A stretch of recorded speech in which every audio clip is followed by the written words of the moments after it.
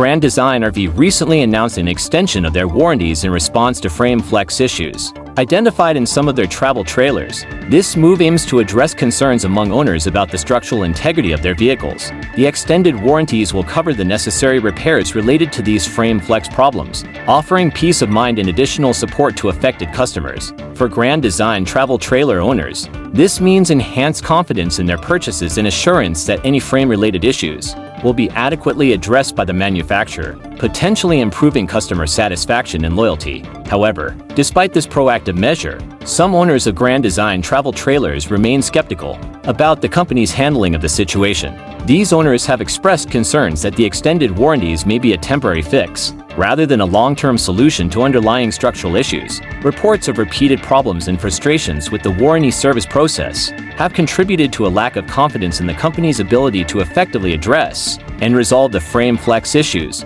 This skepticism suggests that while the extended warranties are a step in the right direction, Grand Design RV will need to work harder to rebuild trust and reassure all customers of the reliability and durability of their travel trailers.